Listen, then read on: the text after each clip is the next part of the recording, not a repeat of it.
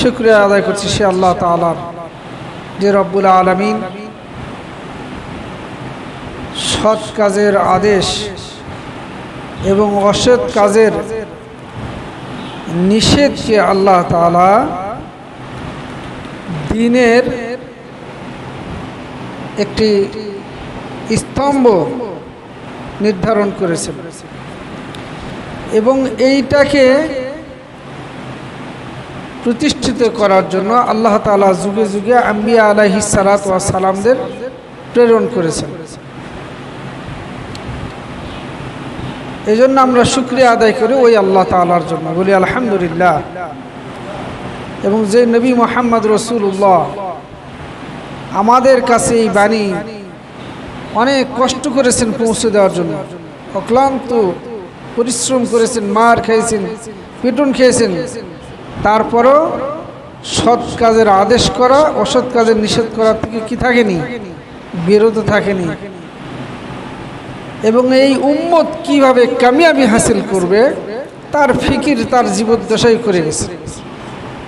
এবং কিয়ামতের দিনও এই উম্মতের জন্য তিনি ফিকির করবেন যে আমার এই উম্মত কি করে আজ নাজাত পাবে। রহমত বর্ষিত হোক সেই নবী এবং তার পবিত্র আহলে বাইতদের উপর, আল্লাহ তাআলা রহমত বর্ষণ করেন বলি সাল্লাল্লাহু আলাইহি ওয়াসাল্লাম।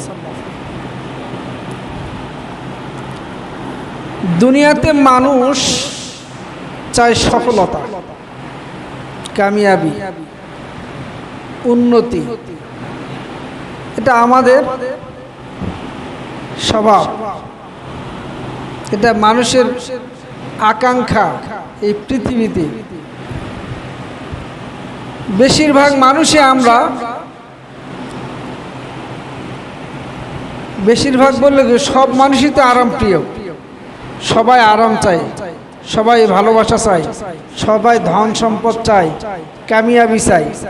কিন্তু আমরা জানি না যে আমাদের সফলতা কোথায়, কোন কাজের মধ্যে আমাদের সফলতা আল্লাহ তাআলা রেখেছেন এবং কোন কাজ করলে আমরা ধ্বংস হয়ে যাব। সব কিছু আল্লাহ তাআলা বলে দিয়েছে। শুধু আমরা সারাদিন সফলতা খুঁজি, উন্নতি খুঁজি, ব্যবসার উন্নতি, চাকরির উন্নতি, ছেলে মেয়ে কি করে চাকরি পাবে।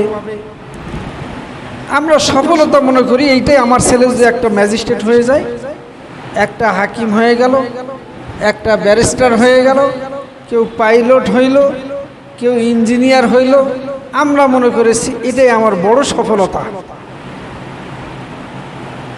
আজকাল তো এটাই মনে করি আমরা। যখন কারো একটা সন্তান ভালো কোনো চাকরি করে তখন সে বড় কি করে, সেই সন্তানটাকে নিয়ে সে গৌরব করে। একটা মানুষের ছেলে যদি এমপি হয়ে যায়, তার বাপ যদি বেঁচে থাকে, তো তার বুকটা গর্বে ভরে যায় যে আমার ছেলে এমপি, পার্লামেন্টের সদস্য আমার ছেলে।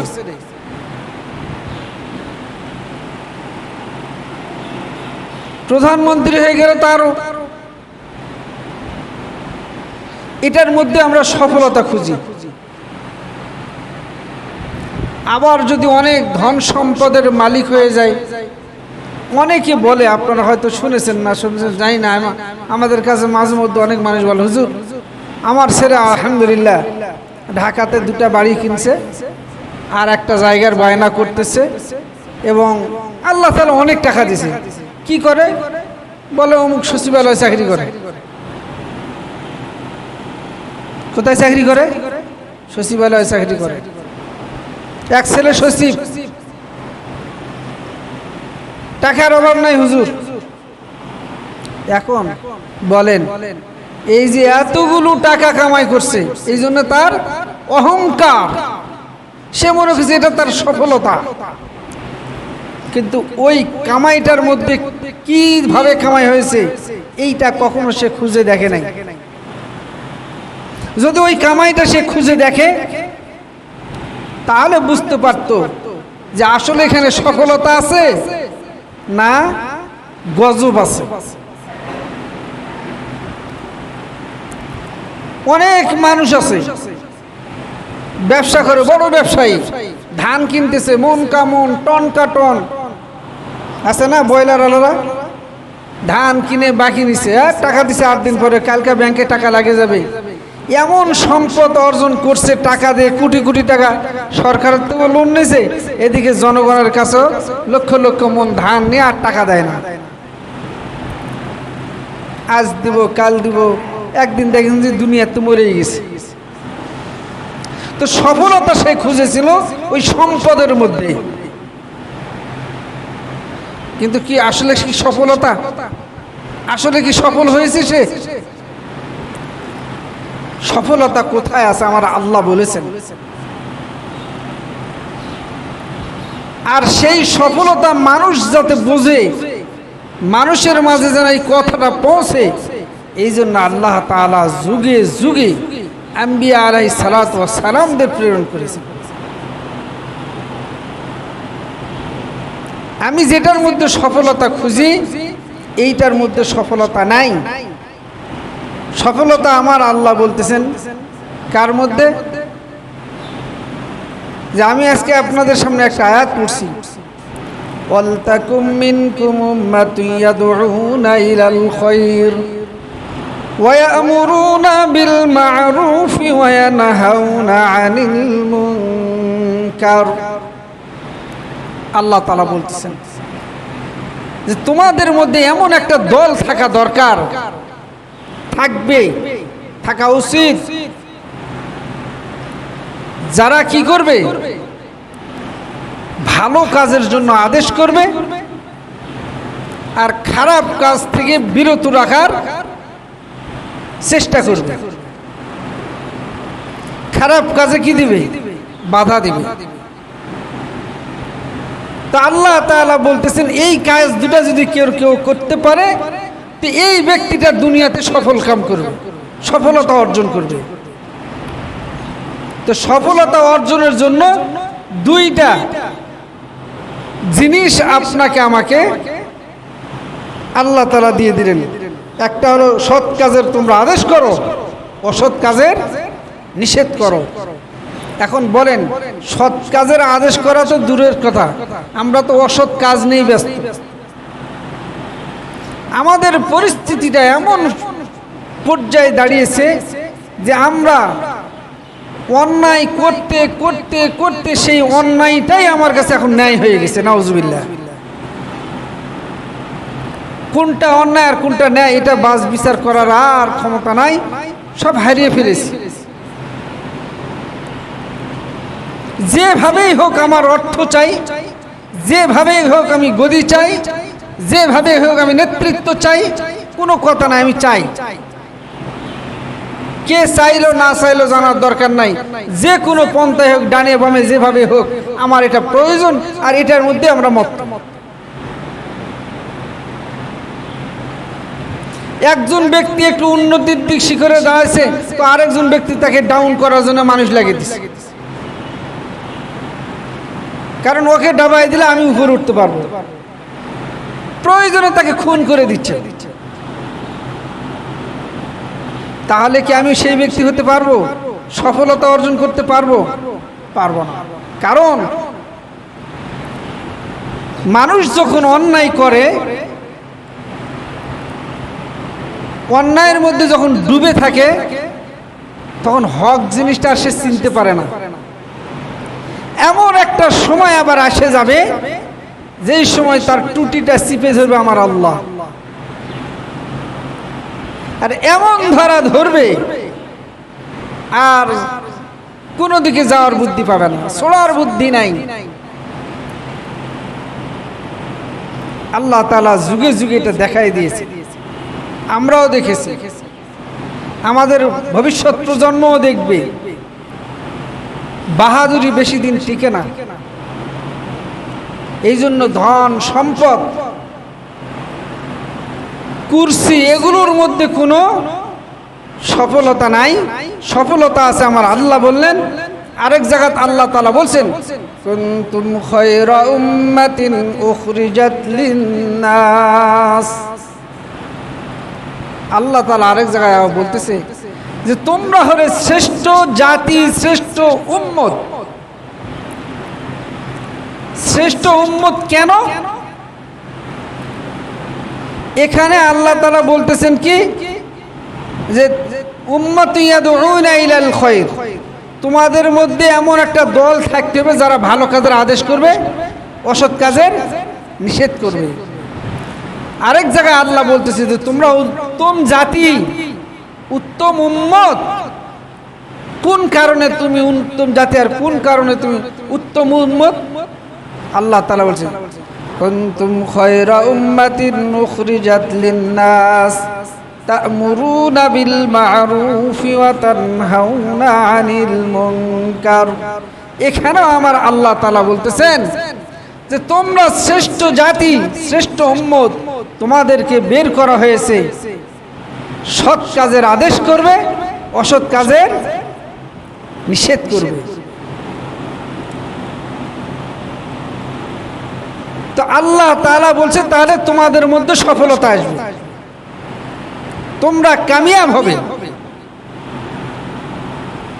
তা আমি তো সফলতা শুধু আমার ব্যবসার মধ্যে খুঁজেছি, খুঁজি নাই। আল্লাহ তাআলা এত নিয়ামত দিয়েছে, সব কিছু। আল্লাহ তাআলা বলতেছেন দেখো তুমি যে আমার এই সৎ কাজের আদেশ করবে, অসৎ কাজের নিষেধ করবে, তা আমি আল্লাহ এটার জন্য যা কিছু প্রয়োজন সব কিছু আমি আল্লাহ তোমাদেরকে দিয়েছি। কোনো কিছুতে আমি তোমাদের কমতি রাখি নাই। আজকে হয়তো দুনিয়াতে দেখতেছি কাফেররা মুসলমানদের উপর খবরদারি করতেছে, এটা আমাদের অপরাধের কারণে, এটা আমাদের ভুলের কারণে। তবে এ কথা সত্য, একদিন না একদিন তারা আবার এই মুসলমানের কাছে পরাজিত হবে। আল্লাহ এই ঈমানদারদেরকে ওই কাফেরদের উপর বিজয় দান করবে, বলেন সুবহানাল্লাহ। অবশ্যই করবেন, টিকে থাকতে পারবে না। কিন্তু আল্লাহ তাআলা একটু পরীক্ষা নেয়, সাময়িক পরীক্ষা। আল্লাহ যখন বান্দার থেকে পরীক্ষা নেয়, এই পরীক্ষার বিনিময়ে তাকে সফলতা দান করেন। আজকে যদি আমি পরীক্ষা না দেই, তাহলে যদি আমি পরীক্ষায় পাস না করি, আমাকে কি উপর ক্লাসে ওঠার সুযোগ আছে? নাই। আজ আমি চাকরি নিতে গেলে আমাকে পরীক্ষা দিতে হয়, কোনো একটা চাকরি নিতে গেলে আমাকে কি দিতে হয়? পরীক্ষা দিতে হয়। ডিগ্রি অর্জন করতে হলে আমাকে পরীক্ষা দিতে হয়। কেন? আমি তো গোটা বই পড়েছি, একটা বছর ধরে গোটা বই আমার স্যারেরা পড়াইছে, তো সেই বইয়ের মধ্যে থেকেই তো আমার পরীক্ষা। কিন্তু এই পরীক্ষা শুধুমাত্র স্যাররা প্রশ্ন ফাঁস করে দেয় নাই, কিন্তু আমার আল্লাহ সুবহানাহু ওয়া তাআলা আগেই পরীক্ষার প্রশ্ন ফাঁস করে দিয়েছে। যাও এই পরীক্ষা নিব, তোমার পরীক্ষা কি কি নিব বান্দা, দাও শোনো। ওয়ালা নাবলুওয়ান্নাকুম বিশাইইন মিনাল খাউফ ওয়াল জু'i ওয়া নাখসিম মিনাল আমওয়ালি ওয়াল আনফুসি ওয়াত তামারাত ওয়া বাশশিরিস সাবিরিন। আল্লাহ তাআলা বলছে তোমার কি পরীক্ষা নেব তোমাকে বলে দিচ্ছি। তোমার ধন সম্পদ, সন্তান সন্ততি, বিভিন্ন জিনিসের ক্ষতির দ্বারা আমি আল্লাহ তোমার পরীক্ষা নেব। আর ওই পরীক্ষায় তুমি যদি ধৈর্য ধারণ করতে পারো, মুসিবত আসবে, মুসিবতে তুমি ধৈর্য ধারণ করো। আর তুমি যদি বলো যে এটা আমার আল্লাহর পক্ষ থেকে এসেছে এবং আমি তো আল্লাহর বান্দা, আল্লাহর কাছেই ফিরে যাব, তা আল্লাহ বলছে বান্দা এই যে তুমি ধৈর্য ধরেছো, এই জন্য আমি তোমাকে সফলতা দান করব। ওয়াউলাইকা হুমুল মুহতাদুন। আল্লাহ বলছে তাদেরকে আমি হেদায়েত দেব, সঠিক পথ দেখাবো। সুবহানাল্লাহ বলেন। আল্লাহ বলে নাই যে তুমি একটা ইঞ্জিনিয়ার হয়েছো, তুমি একটা কোম্পানির মালিক হয়েছে, এই জন্য তোমাকে আমি হেদায়েতের পথ দেখাবো, এটা আল্লাহ বলে নাই। তাই বলে আল্লাহ আপনাকে নিষেধ করে নাই আপনি কোম্পানির মালিক হতে। আপনি ধন সম্পদের মালিক হন নিষেধ নাই, আপনি ইঞ্জিনিয়ার হন নিষেধ নাই, ডাক্তার হন নিষেধ নাই, এসপি হন নিষেধ নাই, সব কিছু হওয়ার জন্য আপনার রাস্তা খোলা। আল্লাহ কখনো আপনাকে নিষেধ করেন এটা তুমি হও না। কিন্তু আমার আল্লাহ বলছেন যে তুমি সৎ হও, তুমি অসৎ হও না। সৎ কাজের আদেশ করো, অসৎ কাজের নিষেধ করো। কিন্তু আমি এই সমস্ত করে তো অসৎ পন্থা অবলম্বন করছি। বাজারের মধ্যে একটা পকেট মার ধরা পড়ছে 5,000, 2,000, 3,000, 4,000 টাকা নেই, গণপিটানি। যার নেয়নি সেও পিটায়, যার নেয়নি সেও পিটায়। কিন্তু এই জাতির, এই আপনার আমার গোটা জাতির টাকা যারা কলমের খোঁচা মারে, এইরকম বিসিএস ক্যাডার হয়ে ওই সচিবালয়ে থাকে, ওই এমপি হয়ে মন্ত্রী হয়ে যদি খোঁচা মারে একটু টাকা খায়, তাহলে এই জাতির এটা কি সৎ কাজ করছে না অসৎ কাজ? বলেন না। আওয়াজ দিন। ভয় আছে? আমি তো কাউকে টার্গেট করে কইনি, বলেছি নাকি? না বলেছি? যারা এগুলো করে না 100% করে, 100% করে, তো তারা যদি, অথচ তারা দেশ চালাবে, কিন্তু তারা সেখানে যায় যদি অসৎ কাজ করে, তাহলে কি করে তারা শ্রেষ্ঠ জাতি হতে পারে? শ্রেষ্ঠ জাতি তারা নয়। ওই কাজের মধ্যে তার সফলতা আসবে না, একদিন না একদিন সে ধরা খাবেই। আর তাকে সেখানে পাঠানোই হয়েছে যে যারা অসৎ কিছু করবে তাদের জন্য আইন পাশ করে সেই আইন প্রয়োগ করো, যাতে এই জাতি শান্তিতে থাকে। আর এই অসৎ কাজের জন্য যদি সেখান থেকে আদেশ আসে, আদেশ দেওয়া হয় কিন্তু প্রয়োগ হয় না। আদেশ দেওয়া হয়, কি হয় না? প্রয়োগ হয় না। টাকার বদলে ঘুরে যায়। এক আসামির জায়গায় আরেক আসামির নাম বসে যায়।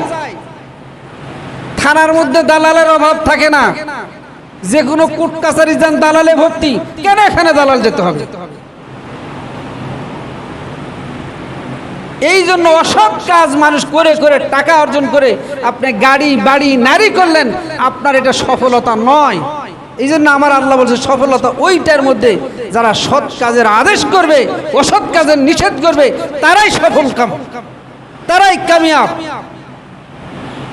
আপনি যতই চিল্লা চিল্লি করেন যে আমার এইটার মধ্যে সফলতা আছে, নো, নাই। আল্লাহ তাআলা আপনাকে আমাকে নাজ নিয়ামত দিয়েছেন, সব কিছু দিয়েছেন। আল্লাহ রাসূল বলেন, মান রাআ মিনকুম মুনকারান ফালিগাইয়িরহু বিয়াদিহি ফাইল্লাম ইয়াস্তাতি ফাবিলিসানিহি ফাইল্লাম ইয়াস্তাতি ফাবিকলবিহি ওয়াযালিকা আযাফুল ঈমান। আল্লাহর নবী বলেন, যখন তোমাদের সামনে কোনো মানুষ একটা অন্যায় করবে, যখন কোনো মানুষ তোমাদের সামনে কোনো অপকর্ম করবে, খারাপ কাজ করবে, এই মানুষটাকে তোমার শক্তি থাকলে সর্বপ্রথম হাত দ্বারা বাধা দাও। কার কথা এটা? কার কথা? আল্লাহ রসুলের কথা। অন্যায় দেখলে হাত দিয়ে বাধা দাও, তার মানে বসান দাও। 2 নম্বরে বললেন, যদি এই শক্তি না থাকে তাহলে তুমি জবান দিয়ে বলো, ভাই এই কাজটা ভালো না, এখান থেকে বিরত থাকো। এই কথাও যদি বলার সাহস না থাকে, আল্লাহর নবী বললেন, তাহলে তুমি অন্তরে অন্তত ঘৃণা করো। আর এই ঘৃণা করাটা হলো ঈমানের সবচেয়ে নিচু দরবার কাম। আজকে তো বাধা দেওয়া সম্ভব হয় না, আমরা মুখেও বলতে পারি না। মুখে বললো আবার অ্যাকশন হয়, কেস হয়ে যায়। এই কোন দলের লোক এটা? এই বেটা তুই কথা বলিস, হচ্ছে তো। এলে সব দল আপনি দেখে আসেন বাংলাদেশের শুরু থেকে এই পর্যন্ত, যখন যারা ক্ষমতায় যায় তখন তারা এরকম করে। তাহলে কি আমি সৎ মানুষ? বলেন, আওয়াজ দিয়ে বলেন, সৎ মানুষ আমি? তাহলে একজন অন্যায় করবে সেটাও বলা যাবে না। অন্তত আমরা ঘৃণা করি, ওই ব্যক্তিগুলোর কাছ থেকে দূরে থাকি, ওদের চামচামি আমরা না করি। তাদের চামচামি করে কোনো লাভ হবে না। আল্লাহর রাসূলের আদর্শকে সুন্দর করে ধরেন, দুনিয়াতে সফল হবেন, আখিরাতেও নাজাত পাবেন ইনশাআল্লাহ। এই জন্য সফলতা সৎ কাজের আদেশ, অসৎ কাজের নিষেধের মধ্যে। কিন্তু আমরা এগুলো ছেড়ে দিয়েছি। আল্লাহর নিয়ামত খাই না, বলেন আওয়াজ, আল্লাহর নিয়ামত খান না আপনারা? মনে হয় কেউ কেউ খায় না। কি খান তো? জি। কি কি নিয়ামত খাই বলেন তো? খাওয়ারটা বাদ দেন, ব্যবহার করারটা বলেন। আপনারা সব যেগুলো জানেন যে কি কি নিয়ামত আমি ব্যবহার করতেছি, আর এই নিয়ামত গুলো যদি টাকা দিয়ে কিনতে হতো, ক্ষমতা ছিল না আপনার আমার। আজকে যেই ব্রেন খাটায়, যেই হাত দিয়ে, যেই জবান দিয়ে, যেই পাও দিয়ে হাঁটে যায়, আজকে ব্যবসা করে কোটিপতি হয়েছে, সেটা আল্লাহর দেওয়া, ফুটানি করার কিছু নাই। এখনই ভালো আছেন, কিছুক্ষণ পর স্টক করে হাত গেছে, পাও গেছে, ন্যাংলায় ন্যাংলায় হাঁটতে হবে। আমার আল্লাহর এই ক্ষমতা আছে। কাজেই হুঁশিয়ার হতে হবে আপনাকে আমাকে, আদর্শ মানুষ হতে হবে আপনাকে আমাকে, শুকরিয়া আদায়কারী হতে হবে।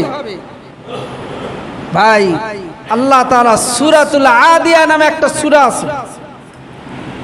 এই সূরার মধ্যে আল্লাহ তাআলা কি বলতেছে জানেন? একটা ঘোড়ার শপথ করতেছে আল্লাহ। ঘোড়া,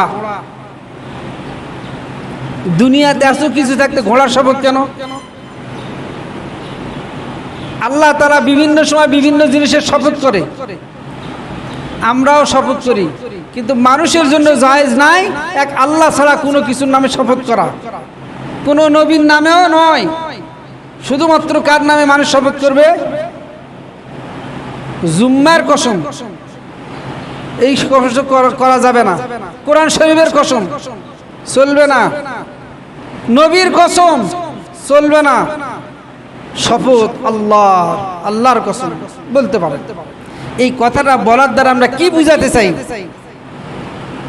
যে কোনো একটা কাজ আমি করেছি বা করি নাই, সেইটাকে তার গভীরতা বোঝানোর জন্য এটা শপথ করি আমরা, যে এই কাজটা আমার দ্বারা হয় নাই বা এই কাজটা আমি করেছি, এটা বোঝানোর জন্য। তো আল্লাহ তাআলা শপথ করে কেন? আল্লাহ শপথ করার প্রয়োজন ছিল? আল্লাহ তাআলা এই শপথ করে বান্দাকে বুঝাচ্ছে, দেখো একটা ঘোড়ার শপথ আল্লাহ করছে। এই ঘোড়াটা কি ঘোড়া? ট্রেনিং প্রাপ্ত ঘোড়া। সৈনিকদের ঘোড়া আছে না ট্রেনিং দেওয়া? ওই ঘোড়া আর বাজারের ঘোড়া এক হবে? ওই ট্রেনিং প্রাপ্ত ঘোড়া যা বলবে তাই শুনবে, আর বাজারের ঘোড়া তো ওটা বুঝবেই না। বুঝবে নাকি? আল্লাহ রাব্বুল আলামিন সূরা আদিয়ার মধ্যে শপথ করছেন, ওয়াল আদিয়াতি দবাহা। আল্লাহ বলছে ওই অর্শের শপথ যে ঊর্ধ্ব শ্বাসে ধাবমান।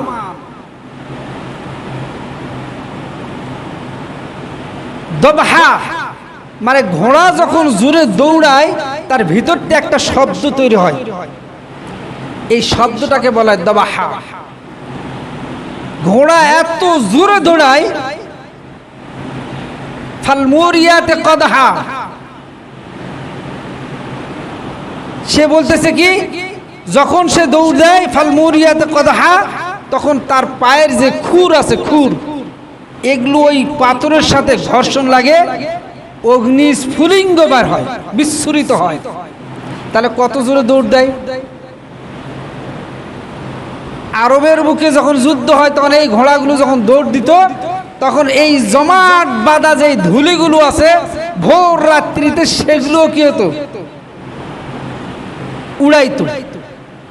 ভোর রাত্রে ধুলে উড়াইতো, এত জোরে ঘোড়া দৌড়ায়। ফালমুগীরাতি সুবহা।